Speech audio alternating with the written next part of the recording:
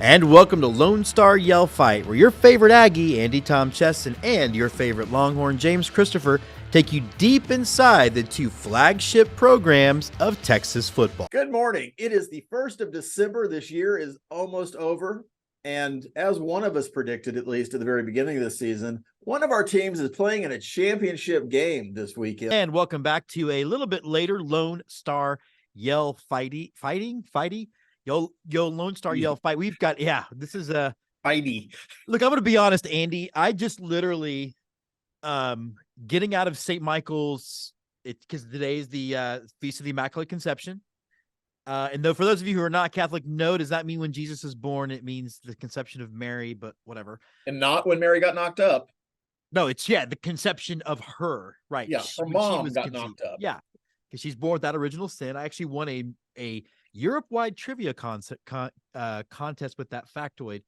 But I get out and I get the email to get the bananas tickets. I'm on the other side of campus. I start to check out. You only have like 7 minutes to buy these tickets. And my car's in my wallet. So I have to sprint to my car. And I'm not a sprinter. I got the tickets. You shouldn't be. Yeah. Well, I got the tickets purchased with about 30 seconds to spare. So that's us. But we're here to talk a little college football.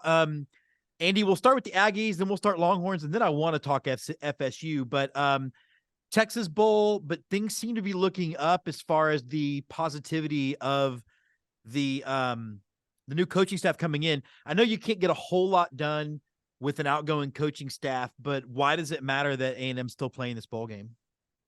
Or does it?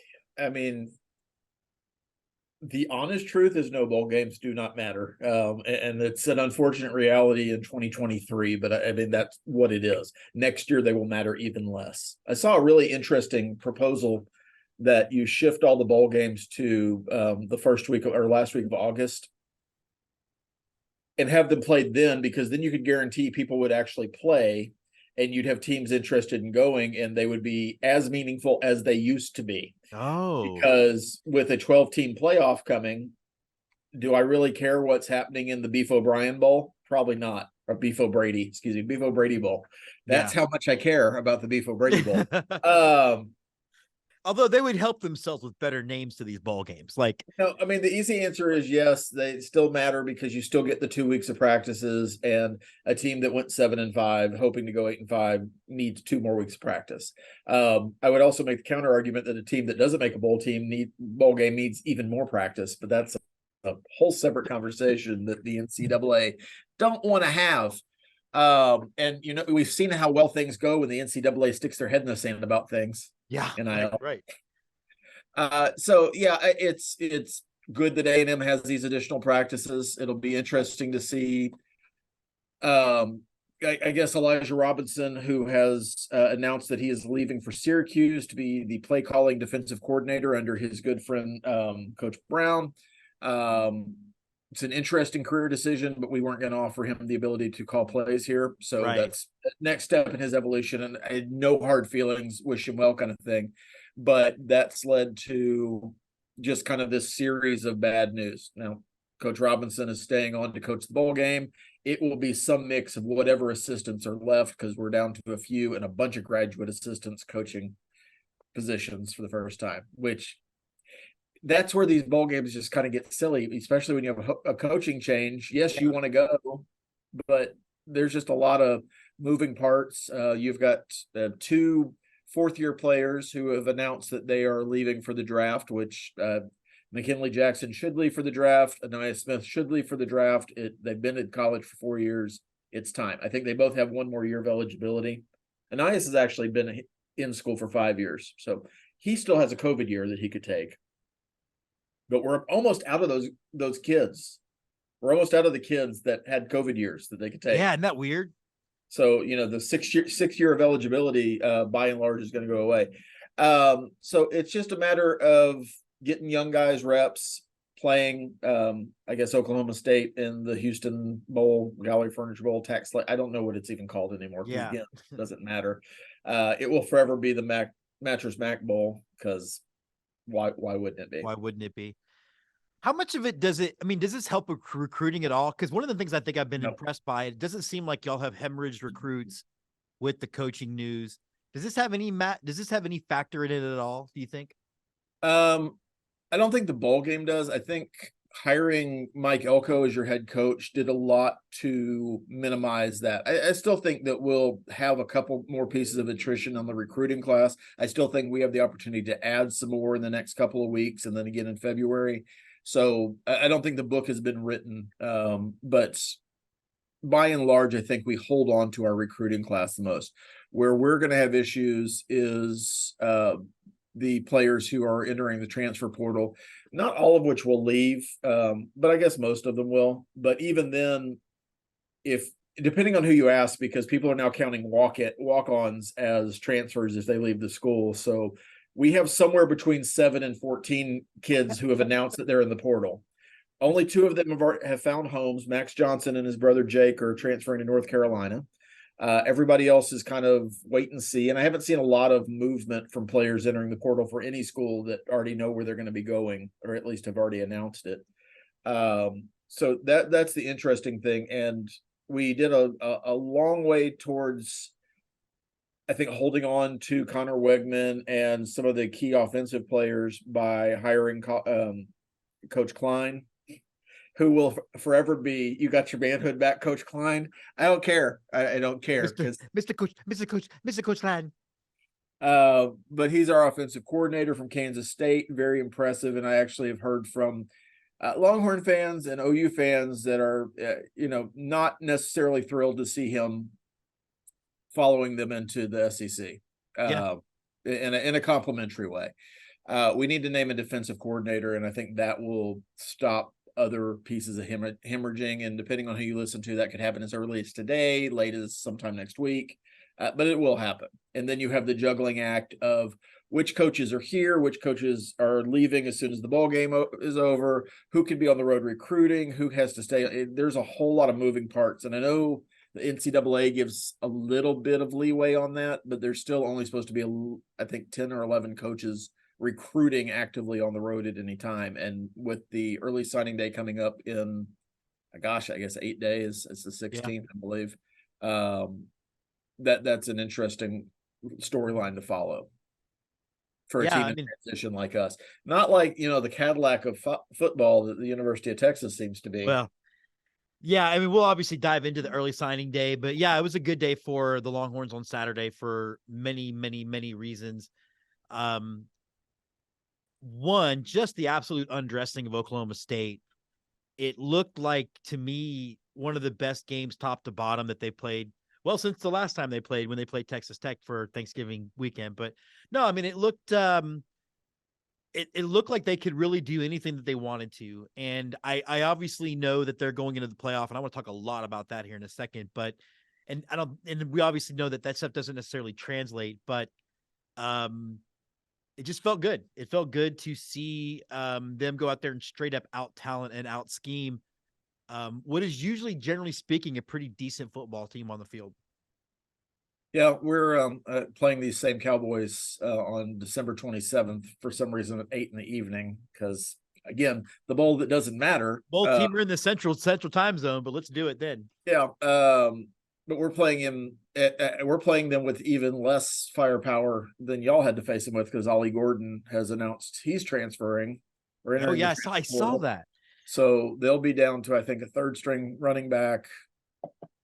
Who knows? So any comparison points between the two final scores are pretty much moot at this point. Yeah, no, I think it was, as being a neutral college observer for just a second. I think it was, frankly, about time that Texas asserted their dominance for a full season. Because there's always been kind of, you had the coaching, you didn't have the parts, or you had the parts, you didn't have the coaching, or you had the guys, but you didn't have the right scheme. And that's, realistically been going on at some level since Mac Brown left. Yeah. And I think that there's finally some consistency. There's finally some leadership, clearly, from the coaching staff. And I'm guessing you have players that are leaders on the field and in the clubhouse. And I think that's how you get to be a 12-1 football team in this current configuration of college football. You have to have an offense that scores points. You have to have a defense that mitigates damage. You know, the days of being just a not lights out defense and winning games are few and far between, I think. Which not a will whole lot bring of us to 17. another point in a little bit. Yeah. Ooh, yeah, that was ugly. It was funny though, because not only did OSU's running back enter the transfer portal, Gunner, what's his name? The head Oklahoma State's Gunnar head Gundy. coach, Gunner Gundy's entered the transfer portal. That's got to make Christmas awkward, right? So do you tell your dad first, or does he find out from Twitter? Or does dad tell you, hey, maybe that transfer portal is a thing? Because you can't cut your own son, because then your wife doesn't want to, anymore. Hey, Mike Gundy is a man. He's 40, 50, somewhere over 50 He's now. 50 now. He's got to So, be. His haircut is certainly old enough. Yeah, certainly, at 50, he can have a conversation with his wife about what they're about to do to their son. Yeah, maybe. All right. Florida State left out of the college football playoff. They did play a game that set college football back about 3 or 4 decades. And if Louisville had any kind of ability at the skill positions, they probably win that going away. There was a lot of Florida State defense to say there, but there was also a lot of drop passes, missed opportunity by Louisville. Starting with, I am in the full belief that Florida State got screwed in the college football playoff. Where do you sit on that? I think there was going to be no way that somebody wasn't unhappy at the end of the day. And that's ultimately the flaw in a 4-game system. Now, the argument has always been, well, there's never really been 4 teams that were deserving of a national championship. And because of the bowl system, because of the politics, because of the big money involved, I don't think the NCAA was ever terribly worried about naming a champion. I think that was something they were always willing to leave to the Associated Press. Yeah. And, eventually they had their hand put, because literally every other sport that the NCAA sponsors and promotes has a championship tournament. Yeah, they get those every other sport wooden plaque things. And every other division of football. Yeah. Except for the bowl teams. So it was going to be FSU, or it was going to be Alabama, or it was going to be Georgia, or it was going to be Ohio State, or it could have been Texas. One of those teams, all of which are, if not blue bloods, right on the border of that, somebody was going to be upset in the system, because there's no way you leave out an undefeated Michigan. Although right. You could have an argument about how competitive the Big Ten actually was this year, outside of 2 teams. Yeah. You weren't going to leave out an undefeated Washington. So you could make the same argument about the Pac-12. You weren't going to leave out Texas, most likely. Beyond everything else, I think there's a rooting interest by the media, the press, and college football in general for Texas, when they've earned the right to be in the conversation, to end being in the conversation. Yeah, we've been saying that for years. I mean, years ago, remember when it was the big debate between TCU and Baylor, and none of them got in? I argue if it had been Oklahoma and Texas, both of them would have gotten in. I make that statement not because I want people to think I think Texas only got in because of name recognition. No, totally. Texas earned their spot, but Texas, like a couple of other football brands, Notre Dame being one of them, is always going to get a little bit more consideration if they're in the conversation. That's all I completely agree. And people can make the same argument that the reason why the Alabama pick was you couldn't have not had an SEC representative 100%. In the playoff. Now the validity of that though, and I thought it was interesting because we both watched the SEC Shorts episode that dealt with it, and it does look like beyond the fact that, like, the one thing that stuck out to me was the fact that the ACC had a winning record against the SEC, and Florida State therefore won the ACC and did it with 3 quarterbacks, which should have been seen as, like, remember Ohio State a couple of years ago got lauded for having 3 quarterbacks play. Yep. It seemed like there was a double standard applied, in as much as they use any standard at all. Yeah, well, I think that's part of the issue is there are no standards. The standards they do use are variable year to year. Because last year it didn't matter that TCU lost in their conference championship game. They still got in the playoffs. This year that did matter for Ohio State, or it did matter for Oregon. there's never been a team that jumped from 7-3 before. That happened to Texas this year. In years past, I don't know. I think the argument that I've seen most is that the committee is unwilling to leave the SEC out. And you could argue about whether that's right or wrong, but I think that's what happened. It's really down to, I think if you're going to talk about a team that got screwed, I think FSU got screwed on some level, but I think there's a deeper conversation there about what you're looking for, because the way the committee ran that, they basically said the seasons don't matter. We're taking the best 4 teams as of right now going into the next month. So it doesn't matter. What do they say? Best deserving, not most deserving. So if it's most deserving, then Florida State gets in. But again, every other sport that the NCAA sponsors is, did you win? Okay, well, you're in. They don't go reseed the NCAA basketball tournament after the round of 64 to go, well, these teams were more deserving and I want to give them another shot. I mean, that's just not how it works. It doesn't work that way in baseball or basketball or any of the other round ball sports. Swimming, or for you guys, equestrian. Hey, meat judging. You judge that meat, or you move on.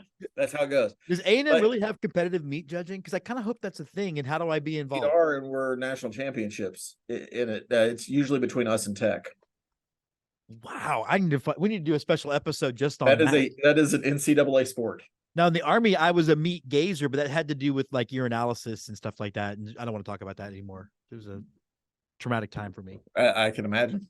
So yeah, I think Georgia has just as much of an argument as Florida State about being screwed, because I think Georgia played a much harder schedule than Florida State played. They were undefeated 2-time champions up until their conference championship game. And again, if you base it on what happened at TCU last year, it shouldn't have mattered that they lost the championship game to Alabama.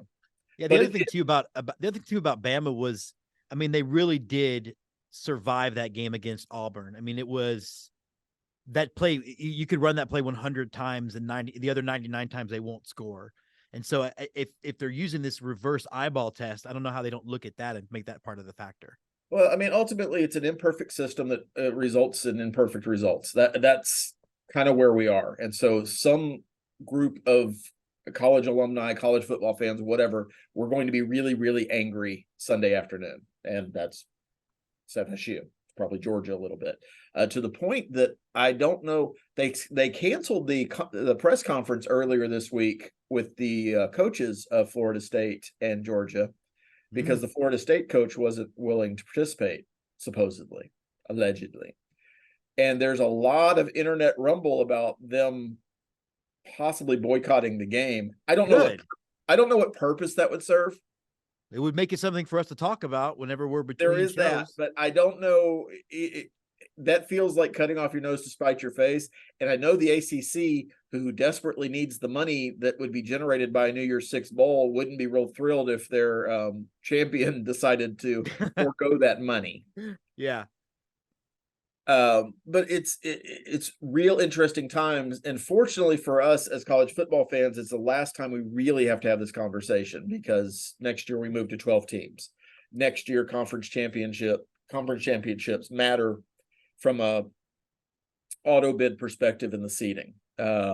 It's going to matter that Alabama won the championship. It's going to matter that Texas won the championship. Yeah. It's going to matter that Florida State wins the championship. I think the one downside to that is, yeah, you're right, because we'll be arguing now over which teams are the best, are the 12th team to go in. But there could be more contenders for that 12th team. So it could be. Yeah, but I think it's a less heated argument, because this year it's all right. Well, you get to play Michigan. Good luck, Tulane. Good luck. Good luck, Tulane. Yeah. Before we wrap up, then we do have the first signing day coming up, and we're going to obviously do an episode after that.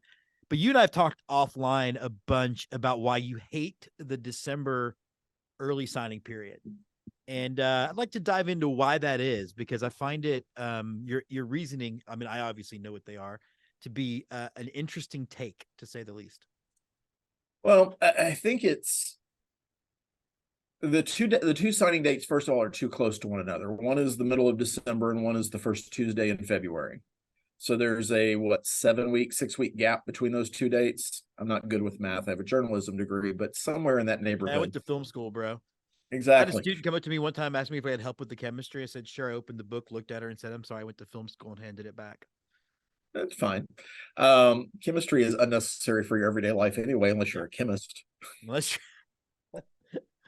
Are you a chemist? I am not a chemist. There you go. Don't mix ammonia and bleach. That is your chemistry lesson of the day. And I think they cover that in the Army too. They might have. Yeah, I might have been absent that day, but yeah. So the two dates are too close. First of all, the second thing is that if you are a organization, and this is near and dear to my heart this year, that has to remove a coach, or a coach leaves, or whatever, you have a coaching change, you now have from the end of the season, assuming you do it then, to the middle of December, to hire a new coach, call those recruits, solidify those recruits, make sure that new coaching staff wanted those recruits, go out and find other recruits, buy in with a large amount of those individuals who aren't going to be on the market in February because they've already signed with one of your rivals. When Jimbo Fisher took the job at A&M 6 years ago, the big victory for him was getting some kids to hold off on signing in December to February. That's the best you can hope for. And most of those kids didn't end up signing with us, but you at least got the chance to talk to them. I don't know that that's much of a reality anymore. I think it puts undue pressure on the coaching staff. I think it puts undue pressure on the kids. And I think if you moved it to the last week in July or the first week in August before practices start, you could really spend your time with the kids that want to be on your campus, be on your school, be on that football team. They can concentrate on their senior years. Those coaching staffs can concentrate on that. And then you go back to the normal cycle for the rest of the kids who didn't want to make a decision early, because it's truly not an early decision. It's just an earlier decision. And I don't know ultimately that it accomplishes anything. Yeah, I love the idea of the August thing or the July thing, because then you also take a lot of pressure off of those high school football coaches and off of those players who can kick back a little bit and, like you said, enjoy their senior year. Well, you think about the coaches who have North Shore in Houston comes to mind, the Allen program in Dallas. I'm sure Austin, Westlake is the one I'm thinking of. Those coaches don't forget about the football juggernaut that is the St. Michael's Catholic Academy Crusaders. Well, there is that. I mean, those coaches have jobs to do, and one of their jobs is winning football games, right? And so part of their job also becomes now herding the cats that go around with the college recruiters that come out and the scholarship offers that come out to the kids that get them. And it takes away from their primary goal of winning football games to maintain their employment for the next year. Right. Yeah, that's the reality for a lot of coaches, maybe not at St. Michael's because the mighty tradition. Here, winning matters first, right? I got two football players watching the show, right? Winning matters. Okay. They're nodding sort of. So, but again, every other sport has an early signing day that's months away from the final signing day. Every other sport except for football.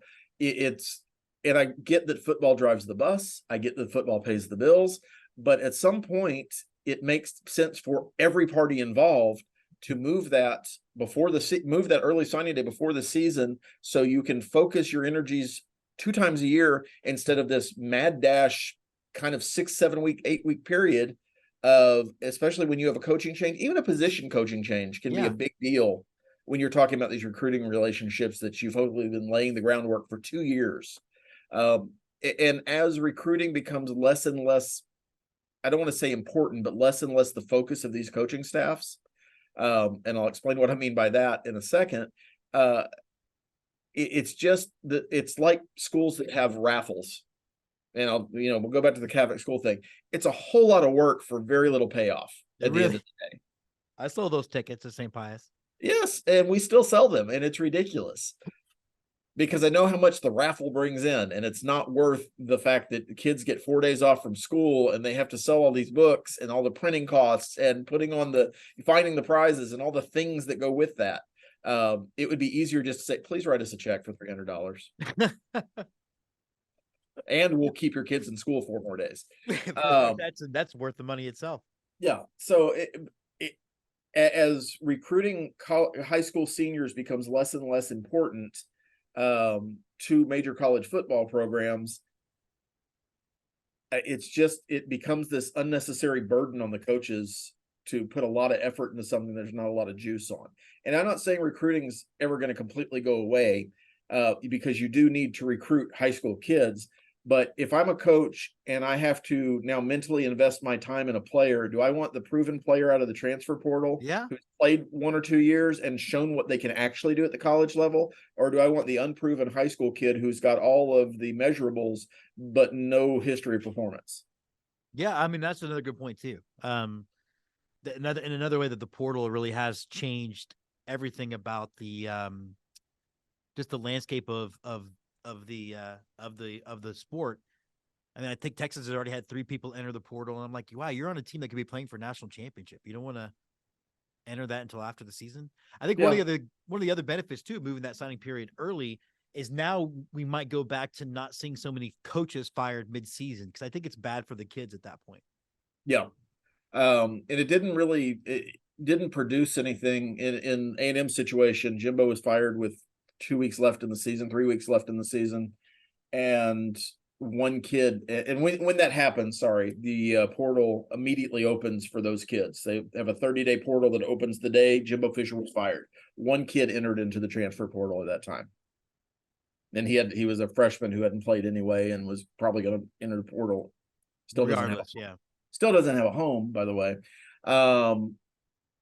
It's going to get a lot more cutthroat. And I think whether you like Deion Sanders or don't like Deion Sanders as a coach, a lot of the things he's saying out loud are just the reality of how college football really, really is. And a lot of us haven't wanted to see that. It's the, proverbial, how is the sausage made? Most of us don't want to know. No. This is shining a lot of light on those things. So it's good to live in interesting times, I guess. I guess it is. At least it's something to talk about, and we will be back next week to keep talking. We'll be back. I think next week we'll actually look at all the dates, and we might move things around based on the national signing period or the early day. Anyway, for your world's favorite Aggie, Andy Tom Chesson, I am James Christopher. This has been the Lone Star Yell Fight. We'll be back soon.